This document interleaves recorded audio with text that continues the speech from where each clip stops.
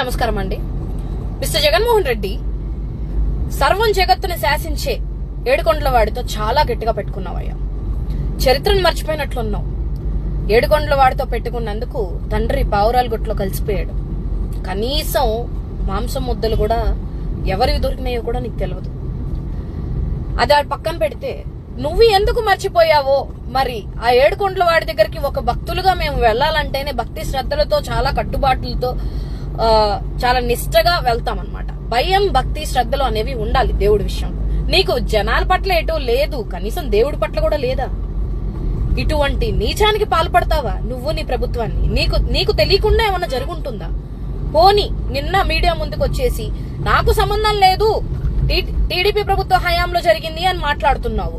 మరి 2014-19 ఆ టైంలో జరిగినప్పుడు 2019-24 వరకు నువ్వే ఏడ్చావు కదా గవర్నమెంట్ లో.